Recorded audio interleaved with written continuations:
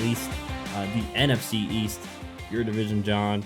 Obviously, your Cowboys were the best team last year, so that's where we're starting. Went 12-5, lost in the wild card game, and so Mike McCarthy's still at the helm, and obviously, as of this recording, freshly signed CD Lamb. So, what are your thoughts on Cowboys offseason and this season? In terms of the offseason, I don't really mind pretty much anybody that we lost outside of Dorrance Armstrong. We lose Biotish at center. We lose Tyron Smith at tackle. Don't mind that because in terms of the draft, we go out, we get Tyler Guyton. We draft Cooper Beebe or Bebe. I don't know how to pronounce his last name. I'll be right. I need to figure that out. But I don't even think Cooper is actually projected to start at center. Tyler is projected to start at left tackle. I had my thoughts about Tyler Guyton, but similar to the way that I felt about basically every time the Cowboys drafted an offensive lineman that wasn't named Zach Martin in the last 10 years, they continue to nail it. Tyler Smith, I had concerns about him being incredibly raw, and yet and all the holding and all this kind of stuff, and yet his rookie year, the guy was absolutely fantastic, even filling in at left tackle when Tyron Smith was out. So I'm optimistic just based on the fact that the Cowboys continue to nail offensive line draft picks that Tyler Guyton can turn into an absolute stud, and I think they need him to, considering that Tyron Smith, although he's getting older, he was still always such a rock at left tackle for Dallas. So I don't really mind the offensive line losses. I don't mind losing Tony Pollard because, quite frankly, you know how I feel about paying running backs. So it is what it is. He's gone. They don't really address the running back room outside of bringing Zeke back, and then they just signed Dalvin Cook. But even then, I don't know if Dalvin Cook really does much. I like bringing back Zeke because it felt like last year they lacked that short yardage guy, and it felt like if they just still had Zeke being that short yardage guy who can pound it in and get a touchdown. I think back to that Miami game where Tony Pollard couldn't get it in on the 1 yard line.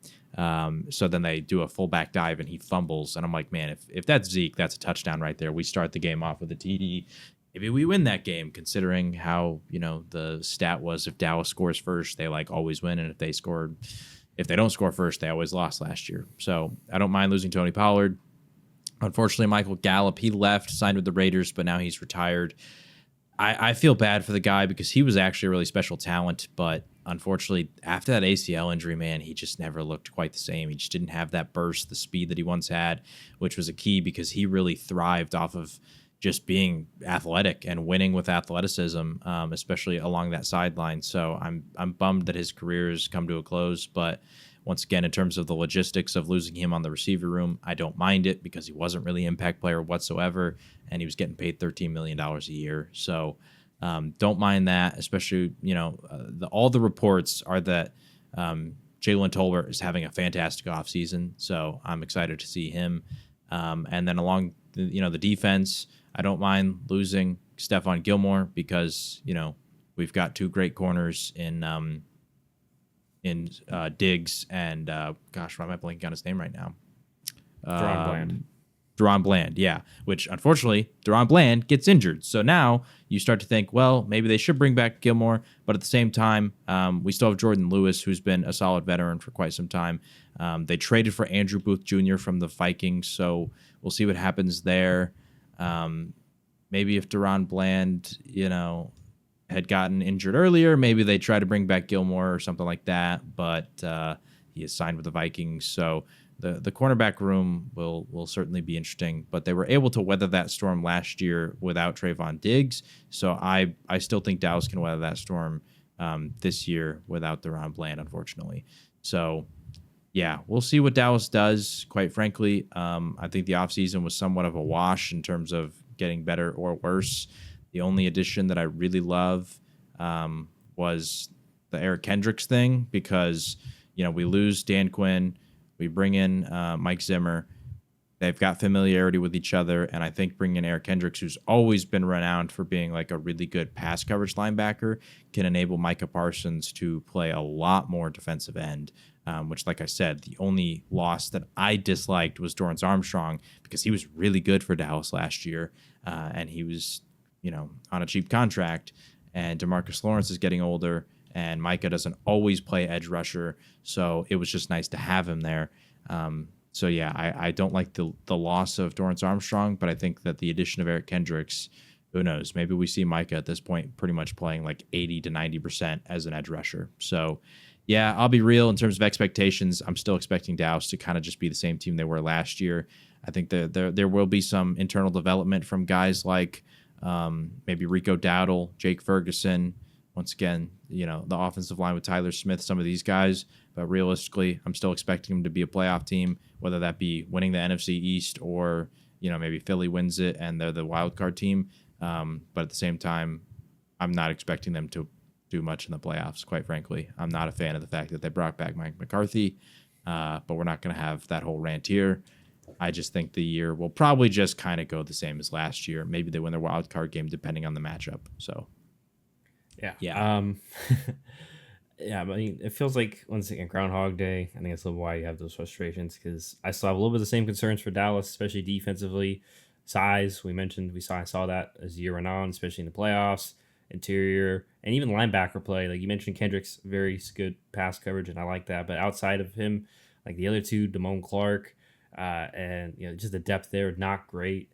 And so that could definitely be exposed once again, especially against some of the more elite teams. Because I felt like last year, Dallas, at times, your defense really feasted on some of the poorer offenses, like where the Jet, where the games where the pass rush could just peel the ears back and go after them. They didn't have to worry much about the run game, and also maybe the offense, helps get them ahead, and then just made the other team's offense one dimensional. It was easier.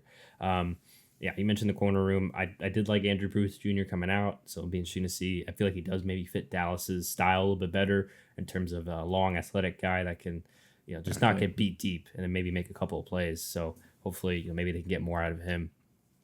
And then on offense, I mean, I'm not too worried about the running back room. Obviously, I don't love it, like you mentioned, but I mean, it's the NFL. Usually you can get away with, it may just be a committee type deal, and you can get away with that. But obviously, my biggest concern, which maybe mitigated now that you mentioned Tolbert's had a good offseason, but would be outside wide receiver depth, because outside of CeeDee Lamb last year, I know Cooks has had some moments, but he's getting older. And I think we saw towards, especially, I don't mean to bring it up at the wild card game, a lot of, when CD had a couple drops, and then all of a sudden the offense, is behind and stalling. So, and then obviously Green Bay knows where the ball is going to go most of the part, and I'm sure other teams will, look upon that as well.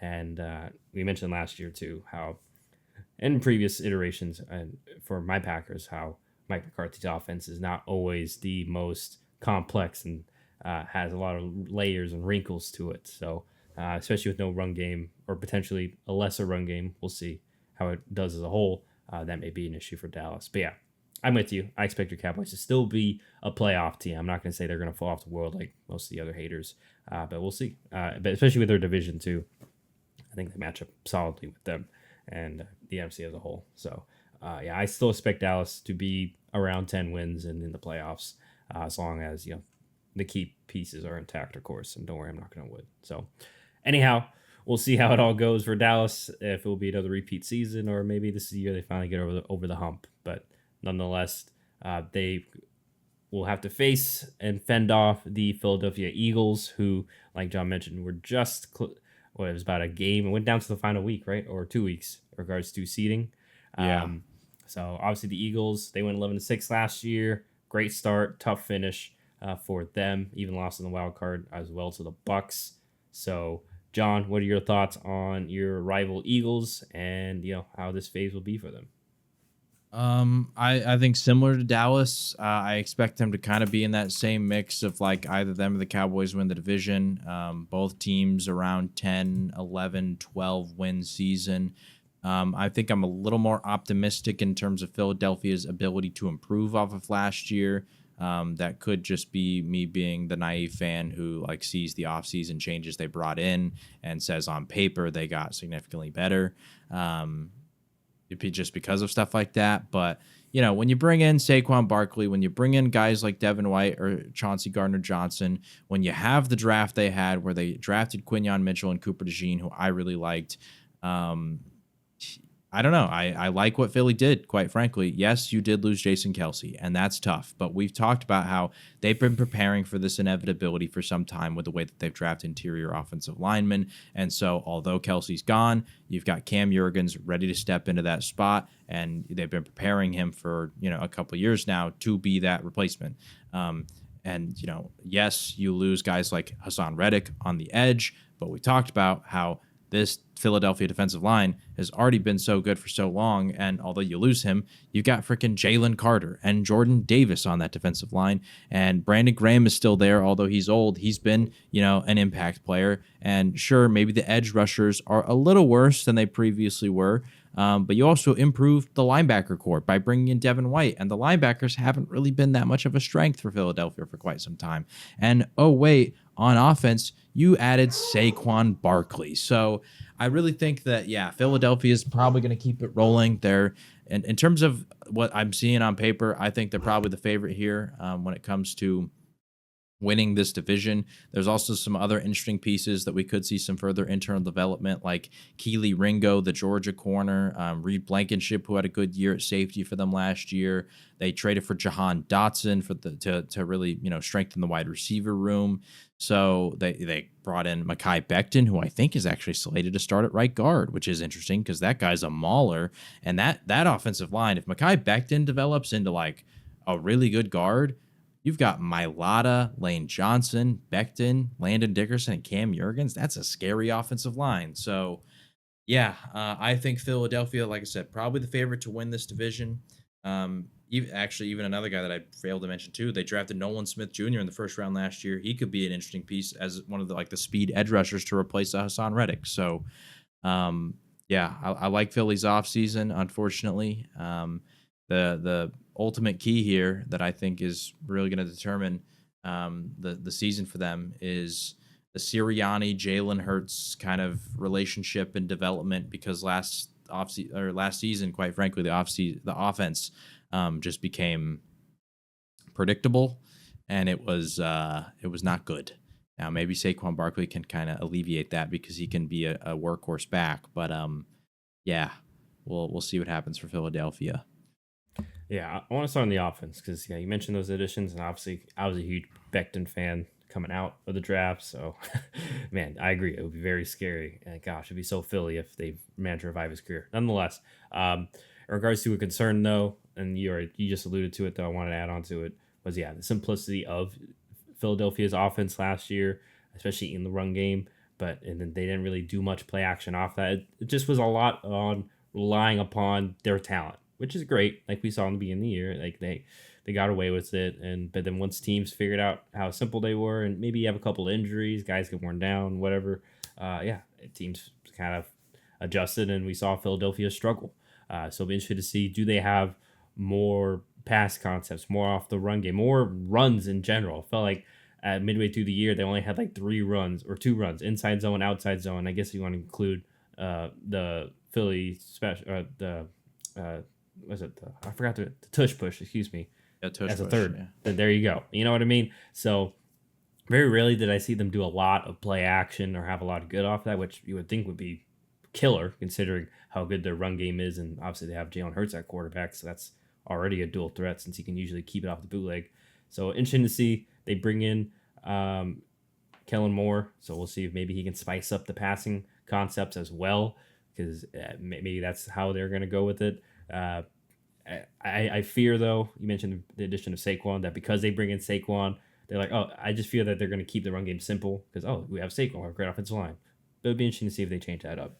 And then defensively, just on a quick note, you mentioned, they kind of almost reloaded in a sense. Even Bryce Huff, they technically got him. It was like a sign and trade because they also ended up trading Reddick. But they brought him in to kind of be their new pure pass rusher. And you mentioned Graham, still solid. Even Zach Bond, who they got from the Saints, was a guy who had potential. Maybe didn't get as much opportunity with the Saints. So we'll see if he can capitalize on that role. And then I know he's hurt right now, but Sidney Brown, I know it was a tough year statistically for him last year, but it's his rookie year. He was the guy that I thought had some potential, and maybe now that he's got more help around him, a little more veteran presence, you mentioned with Gardner Johnson and such, and then there's another year being a pro. he can step up and be better. But yeah, and we'll see how those two rookie defensive backs do, and Quinion Mitchell and Cooper DeJean, because I know we both love Quinion.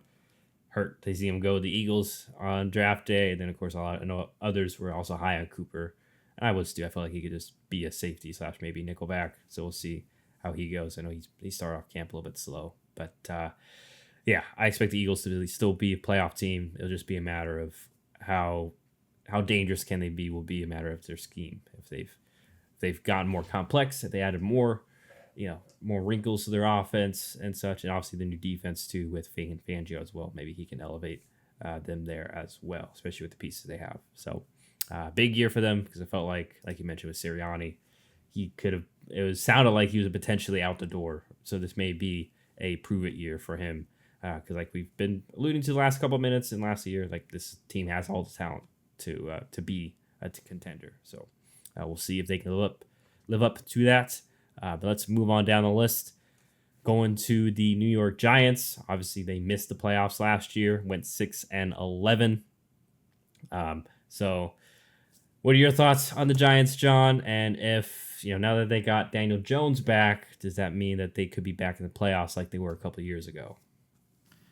I'm gonna be real. I don't expect the Giants to be that good this year. You lost Saquon Barkley, who's been sort of your hard carry player on offense for some time.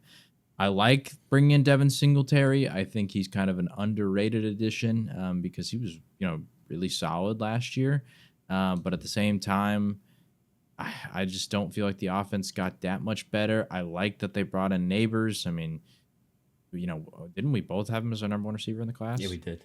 Yeah. So obviously we both love Malik Neighbors. That's fantastic. But still, in terms of the way this offense is looking on paper, we've got Daniel Jones at quarterback, Devin Singletary, like I said, although I think he's an underrated addition. It's not like a huge name. Outside of Malik Neighbors, we're still rocking Darius Slayton. Does Wan'Dale Robinson kind of develop? I don't know. Like, he was okay at points last year. Does Daniel Bellinger develop? Once again, I don't know. Outside of Andrew Thomas, the offensive line is okay, but still, once again, doesn't really, inspire me to greatness. The defensive line, I will say, for the Giants has always been a strength. We've still got Dexter Lawrence. Now they've added Brian Burns, and I didn't say this about when we talked about the Panthers, but in terms of the return they got for Brian Burns, it was bad considering the Rams offered him 2 firsts and a second at one point. Yeah, and they didn't even get a first round pick in return from the Giants, so that was nice from them. Azeez Ojulari, I'm interested to see. He was a guy that I was high when he came out. I'm interested to see another year of him. Considering he's unfortunately dealt with some injuries. Deontay Banks at corner. Can he continue to develop? Kayvon Thibodeau had a really good year for them last year. So there's just all these different pieces that it's I like them, especially on defense, but I still think their offense is quite frankly going to be atrocious because you know how I feel about Daniel Jones. I do not think he's a good quarterback. I don't think he's the level of player to elevate anybody. I think that Malik Neighbors can have a really, interesting rookie year and be a true explosive player and maybe be the hard carry that Saquon Barkley was. But I do not have high hopes for this Giants team, and I currently actually have them projected to be dead last in this division. Wow. And I'm going to be real. Although I like him, I think that they're going to fire, what's their coach's name? Brian Dable. Brian Dable. And, I hope that he goes to a better situation because I just don't think the Giants talent-wise are good. Yeah, that will be very interesting to see if it does falter. Because honestly, I mean, we've heard the rumblings. Maybe we'll see. Because could it be Daniel Jones that goes out the door in a sense next year? Because this feels like this is it. This is it. This is. I feel like we've been saying it for 3 years. Now, granted, last year he got hurt, but this is it. Especially with how heavily they went and address offensive line. I know it wasn't sexy, but it felt like they put their eggs in multiple baskets as opposed to one. Okay, maybe one of these guys. They brought in Ellen Manure from the Raiders, who's been solid, so hopefully that's what they're hoping for. Because Evan Neal's not, maybe they move Neal to guard or whatever. But they also got one of my guards from Green Bay, Runyon, who was solid once again. But once again, you don't know, scheme changes and such and whatnot. So we'll see. But like I said, like you alluded to, I'm not in love with their skill positions outside of obviously Neighbors. And even I like Singletary as well, but I think we've seen he's a solid guy. But even after him, you usually need another punch. And we'll see with it's Eric Gray or Tyrone Tracy Jr., both young guys, unproven commodities. And so, yeah, I feel like that offense may be capped to whatever Daniel Jones can do, which was obviously a big question mark. And then even defensively, like I know they got good pieces, but man, like losing Wink Martindale, I know it kind of fell off last year, especially towards the end of the year. But you just never know. Like Shane Bowen, he's the new defensive coordinator, so we'll see what he can do because like outside of Deontay Banks in the secondary, there's no one there that I'm like. Yeah, I have trust in. They lost McKinney. They've lost. It's and which they I had will to bring say, back a Dory Jackson who like is past his prime. Let's be honest. I love it. Like I thought, he's mostly an athlete. But go ahead. What were you saying? I was gonna say. I mean, they're also like they've got Isaiah Simmons there. They're kind of trying to revive that. Like it's just. I don't. It feels bad. It just feels bad. Realistically, it feels bad. Yeah, and I mean. Yeah, we'll see if Thibodeau. I think Thibodeau's in a perfect spot now that he can be the second edge rusher, though, that teams worry about. And Brian Burns, who I talked about earlier, like the alpha route pass rusher. I think he obviously fits that for them. So that'll be a scary, threesome in terms of him, Lawrence, and Thibodeau. And we'll see too if Ojulari can also add to that. So the front four, so 7 could be solid. It'd be interesting to see their interior linebacker depth though, because Micah McFadden was solid for them at points last year, but he's already hurt, so we'll see. And then Bobby Okereke has always kind of been a solid linebacker, which isn't a bad thing, great thing. But once again, like we talked about, linebacker, a very physical position, obviously. And if those guys get hurt, wear down throughout the season, the depth behind them is I have no clue what to expect, to be honest. So, yeah. And even at those edge rushers, like even if maybe one of those guys falls, like Ojulari and such, then or maybe Dexter Lawrence, gosh forbid. But it sometimes happens with interior guys. So I worry about that depth there, and who knows what to expect out of this new system and new defensive coordinator. So, I don't think this team will make the playoffs personally. But no. I mean, because remember the year they did have like a lot went right for them. They won a lot of those one possession games went their way. And like we and Saquon also had a fantastic season that year. I was about to say they literally just force fed him in the air and then on the ground that year too. So and too, that year was the year where everybody was like, Daniel Jones is improving because he just threw less interceptions, even though he didn't throw more touchdowns or more yards or anything. And it's like, sure, throwing less interceptions is good, but that also doesn't necessarily mean you got better. That could just be like the coach giving you the most easy plays ever, and then we run the ball, and that's it. Like we're insulating you from being able to throw them. You know what I mean? Yeah. So, because I feel like an actual improvement means you're not only toning down your interception totals, but you're still willing to take risks. You're still throwing the deep ball. You're throwing touchdowns, like those kind of things. Otherwise, it feels like you're just avoiding mistakes.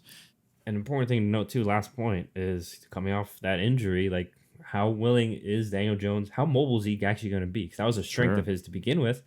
And we just talked about guys like Michael Gallup who weren't the same. Like I know, I feel like I say this every episode, but I know we're in the age of like, okay, most of the time ACL is just a year delay, but sometimes it isn't. Like we got to be real with that. And we'll have to see how it affects Daniel Jones in and out of the pocket as well, because it could, affect his mechanics and such like that. We didn't get to see much of him.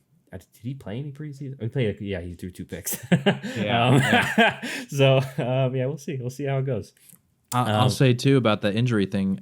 Considering that, I mean, it wasn't the same injury, but Dak, had a leg injury that took him out for that 1 year.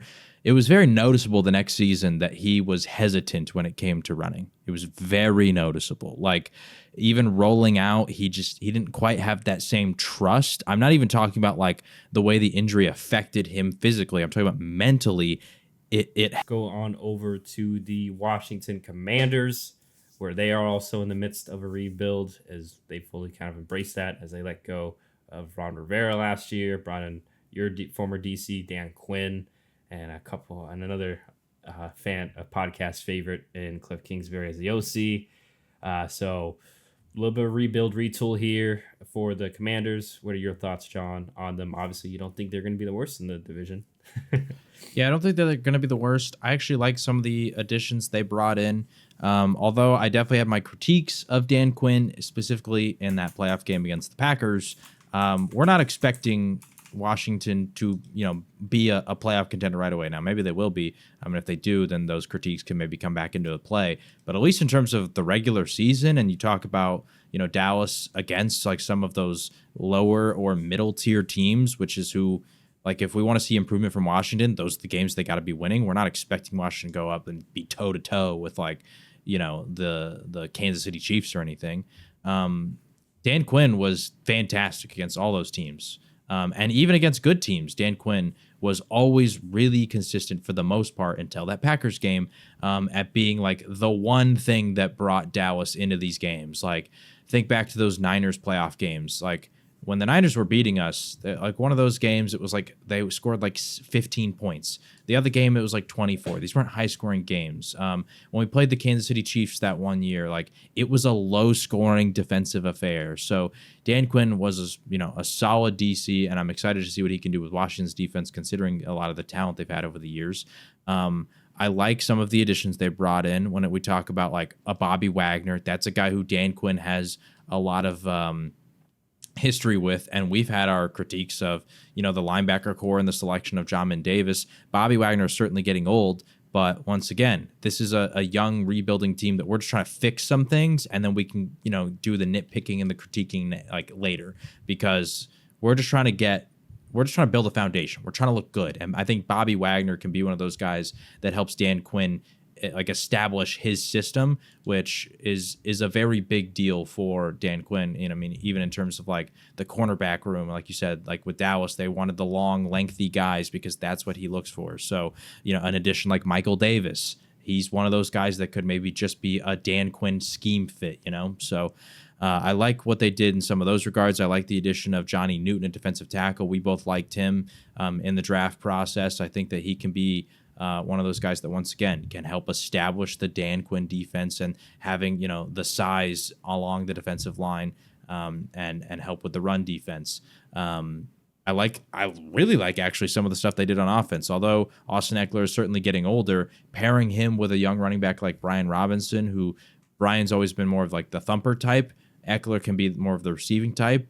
And he can just be used a lot more sparingly than the Chargers did. I love that addition. I think that can be a dynamic weapon for the big stuff that we need to talk about, which is the guys they drafted, being quarterback Jaden Daniels. I also like the addition that they drafted of Ben Sinnott, the tight end from Kansas State. Not going to be a big separation guy, but a really good possession tight end that if you can get him, open in space with creative play calling, then I think that he can be a really reliable source of offense for them. So, yeah, I like a lot of what Washington was able to do in the offseason.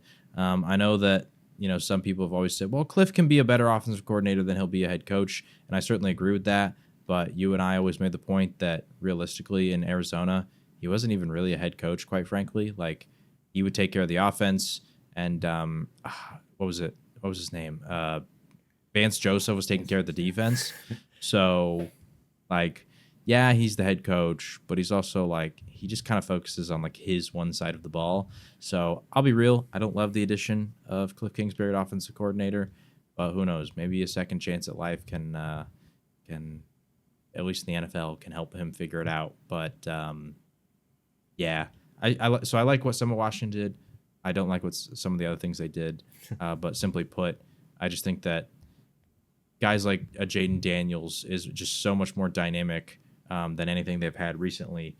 That at the very least, I'm expecting, people like him, Brian Robinson, Austin Eckler, Terry McLaurin. You still have Zach Ertz, who can be the veteran. Maybe Ben Sinnott can just be, an occasional like 2 tight end set piece.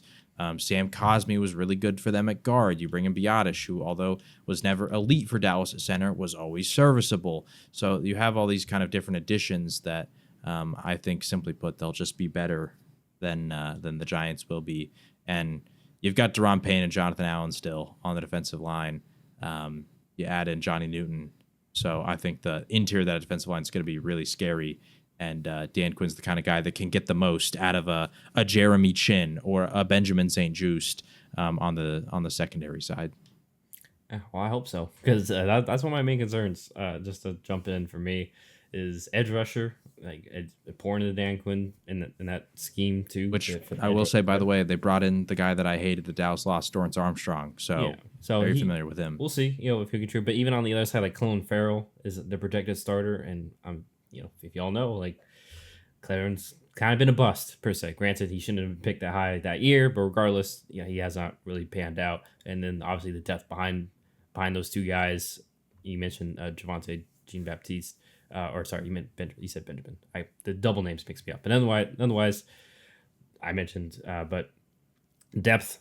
I don't have very much confidence in those guys behind them if they are called upon to service. And then even the cornerback room, like it shows a lot that Benjamin St. Juste is already kind of, at least per ESPN, the depth chart. I've even seen reports that Forbes may not be the starter, which is a very bad look considering he was drafted just a year ago, Yeah. over Christian Gonzalez, by the way, too. And once again, we even saw in draft, most of us, I know John and myself saw, we're like, man, bit of a reach there. And obviously Forbes took his lumps last year. Once again, this is not really an attack on Forbes. It's more attack on the front office. Because then also they trade away Jahan Dotson, which I felt like they could have gotten a little bit more for him, but and especially to a division rival. But we'll see. Maybe we'll see how the receiver room goes. Because actually, I do like their receiver room in a sense. I will give that positive. You got McLaurin. They brought in Noah Brown, who was a little bit of a surprise cut by the Texans, and he contributed last year. Still have De'Ami Brown, who I like and has shown some moments in this preseason and otherwise. So maybe he can. Obviously, they invested in Luke McCaffrey. So, and then obviously they brought in Jameson Crowder, who's like been around like his third stint there. And yeah, you mentioned Zach Ertz, so that is a positive for Cliff Kingsbury, familiarity with that system, so that may help out. But yeah, I'm very concerned about the left side of the offensive line. Like Nick Allegretti was solid for like Kansas City, but I'm not gonna sit here and say he's a bona fide starter. As well as I don't know what to expect from Brandon Coleman, honestly. And you already ran on Cliff. And even if Cliff starts out hot, which I do want to note this because like it happened in Arizona. Remember, they would have like a very good first 4 or 5 weeks of the season, but from there the issue was Cliff didn't continue to like innovate and build off that, and then teams adjusted, and then also the lack of motion too will be very interesting to see because like we've shown y'all the route the route trees, the DeAndre Hopkins route trees. I'm just very concerned that Terry McLaurin may get the same treatment. But regardless, this may just be a fun team as opposed to a competitive team with some of the pieces they have that you may allude to. So we'll see how it all goes and shakes out for them. Go ahead. Also, I just want to say, just to be clear, I'm not projecting Washington to be a playoff team. Yeah. I know that I talked positively about them. They're still third place in my mind in this division behind Dallas and Philly, despite the fact that I'm saying they're going to be better than Giants. I just really think the Giants are going to suck. And Washington, considering what I saw Dan Quinn do, because remember, when he took over this Dallas defense, the year before he took over was literally the second worst defensive performance in the entirety of Dallas's history as a franchise. That's how bad they were. Now, luckily, they drafted a guy named Micah Parsons that same offseason, so there were some big jumps that certain guys like a Trayvon Diggs made as well. So I'm not saying that like that's going to happen defensively, but at least for some of the guys like in the secondary and some of the weaknesses, I think that Dan Quinn can kind of get the most out of what they have, and then also he's good enough to build a defensive unit that or a defensive scheme that can really highlight the Jonathan Allen, Deron Payne, Johnny Newton interior defensive line strength that allows those guys to kind of thrive and get the most out of them as well. So yeah, I think at least the defense will be like good. I don't think they'll be elite or like above average. I think he can get them to be like a solid average or slightly above average defense. And then on the offense, although like I said, I just like Cliff Kingsbury. I'm hoping that at the very least with Jaden Daniels being such a dynamic piece, that maybe he can just kind of wing it and improvise and maybe do what Kyler was able to do. And Kyler and the Cardinals made the playoffs with Cliff, so who knows? We'll see. We'll see if Cliff has evolved. Maybe he learned. Maybe. We'll see. I still feel like I'm still a bit shocked that he didn't just keep Bieniemy, considering Bieniemy was solid, and he's still starting some of Bieniemy's guys. Like Andrew Wiley was once again Wiley and Allegretti from the Chiefs, so they're very similar with that system, and even they kept Byron Pringle too. So like I don't know. We'll see how it all shakes out for Cliff. And the Commanders, obviously, you mentioned Dan Quinn. Oh, sorry. And one last thing, too. I do like Quan Martin. You mentioned Jeremy Chin at safety. I do like the safety pairing along with Quan Martin, who's their second round pick last year. And I like Quan Martin coming out. So and he's more of a raw prospect as well. But hopefully, yeah, like you mentioned, more direction from Dan Quinn and such. Maybe he can build upon last year. And who knows? Maybe Forbes, as much as I just, piled on to him, maybe he can bounce back after his rookie year. Sometimes that happens as well with the new system. So we'll see nonetheless. But that is the NFC East, and that's it. We're done in terms of going over each and every team. So that is good. So next time we're back, we're going to be probably should do a quick and short and simple season predictions and making our picks. Like it's it. We're on the cusp as of right now of the NFL season starting. So that is fun and exciting. And we get, we'll mention obviously talk about all the games when we make those picks. We're also doing, like I said, we're going to do picks against spread this year. In case you don't know, we do it every year. And as we've done the last few years, we'll be doing betting, air quotes betting, because we're not betting real money, because we're not crazy, and we don't have that kind of money. We'll also be betting against the spread as well throughout the season. So, anything else you want to add or throw in before we call it there, John? That's going to be it. All right. Well, as always, free like, comment, subscribe, etc. But like I said, we'll be back next time to make our picks and share our season predictions for the 2024-2025 season. So we will see you all on the other side. Enjoy your Labor Day weekend, and adios.